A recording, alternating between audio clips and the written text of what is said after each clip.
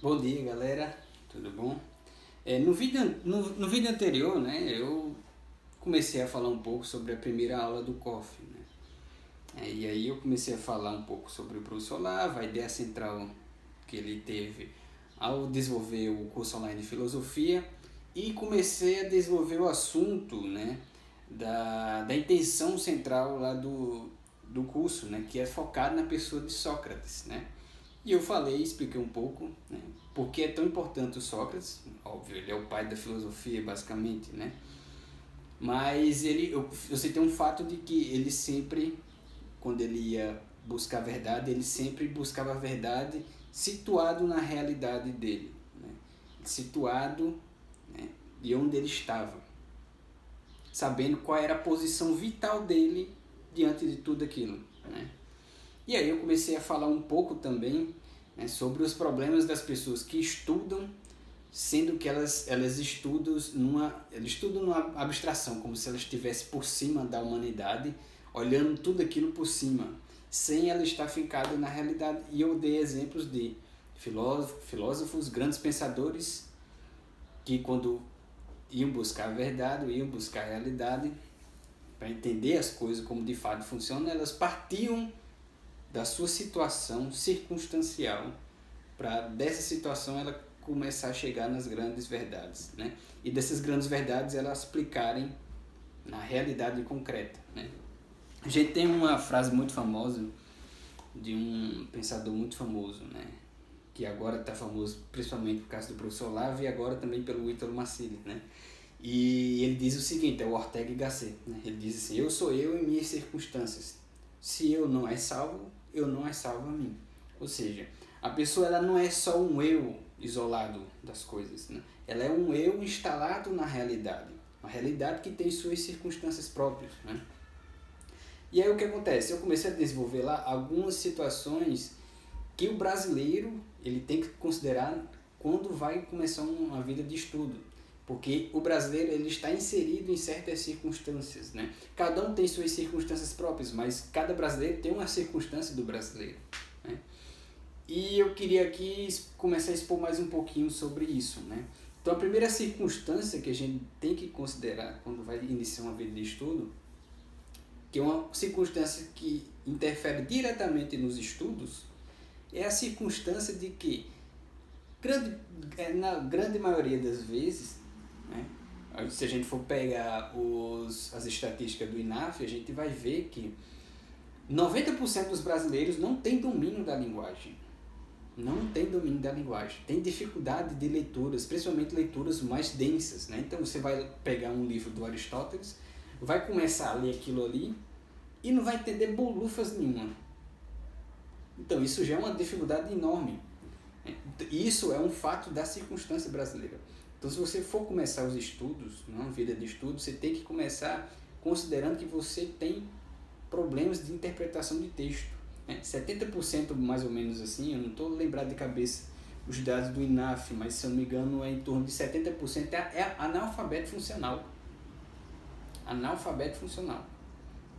E 90% não tem domínio da linguagem, que seria um requisito para você começar a ler essas grandes obras, né? Inclusive até a mesma Bíblia. Então, se você está começando agora a vida de estudo, saiba, é muito provável que você tenha deficiência na linguagem e você tem que consertar isso. Você conserta isso através da literatura, né? Poesia, romance, né? E através realmente do exercício dessa linguagem, principalmente através da leitura dos grandes clássicos da poesia, você até fazer exercícios, exatamente, até exercícios de... Você está lendo poesia, você vai lá sublinhando as palavras. Isso aqui é o que? Um substantivo, isso aqui é um adjetivo, isso aqui é um adjunto, né? E para isso existem, por exemplo, professores como o Rafael Falcão, que trabalha justamente nessa realidade brasileira, né, do analfabetismo funcional. E outra grande circunstância aqui no Brasil é assim, esses grandes problemas sociais que acabam interferindo no psicológico da pessoa. Um desses grandes interferências é justamente nos dias de hoje que está todo mundo viciado em pornografia. Esse vício em pornografia, não subestime. Esse vício de pornografia atrapalha muito. Gera déficit de atenção, gera problemas de autoestima, gera depressão, gera impotência sexual, gera disfunção erétil. E isso atrapalha também a vida de estudo, porque desordena a sua alma, desordena seus sentidos, deixa você muito, muito dependente de prazeres sensíveis, e esses prazeres sensíveis acabam gerando em você um tipo de dispersão. Você não consegue se concentrar mais, em leituras densas, não consegue se concentrar mais enquanto está em silêncio.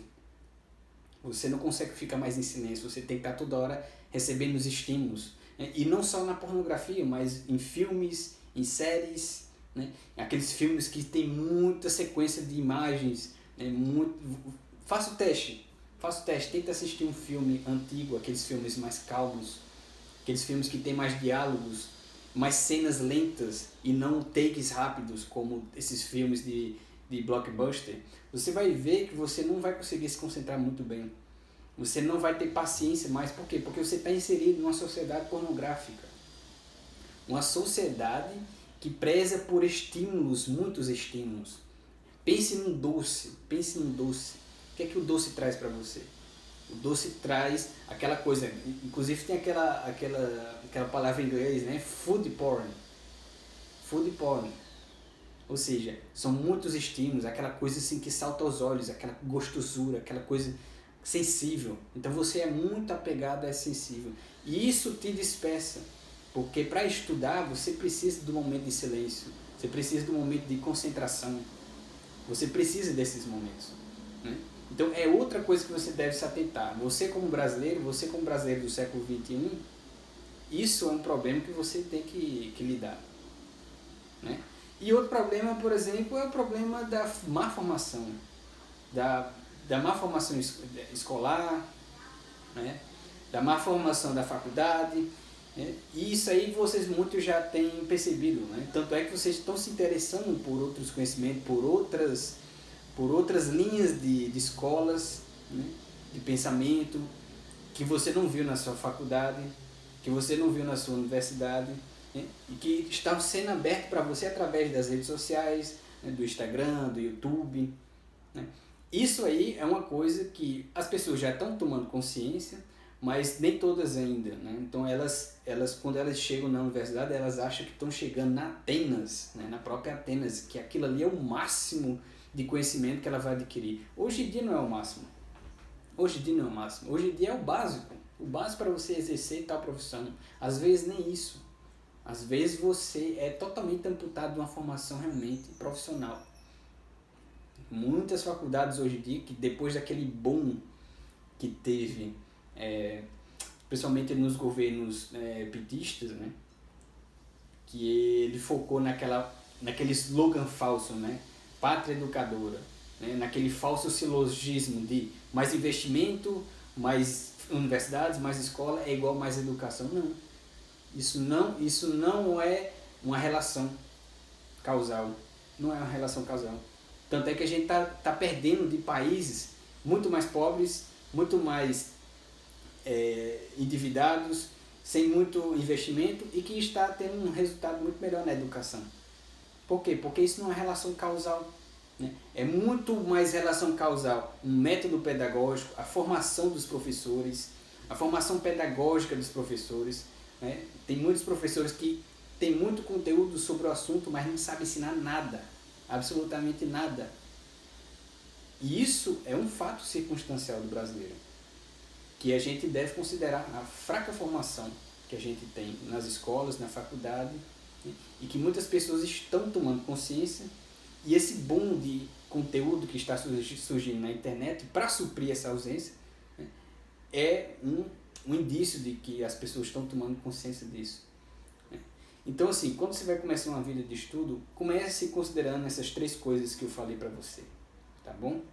O seu analfabetismo funcional, muito provável que você seja, o seu vício em pornografia e nos vários estímulos que dispersam a sua atenção, e impede de você ter uma concentração mais calibrada, uma concentração melhor diante dos estudos e da meditação que você deve ter para pensar nas verdades que você está estudando, que está conhecendo. E também na fraca formação profissional, não se apegar apenas a diploma. Diploma é só um documento que ele atesta que você esteve submetido àquele ensino, né? E que você aprendeu o básico do básico. Então, essas 3 considerações para começar sua vida de estudos. Tudo bem? Muito obrigado, fique com Deus e até a próxima.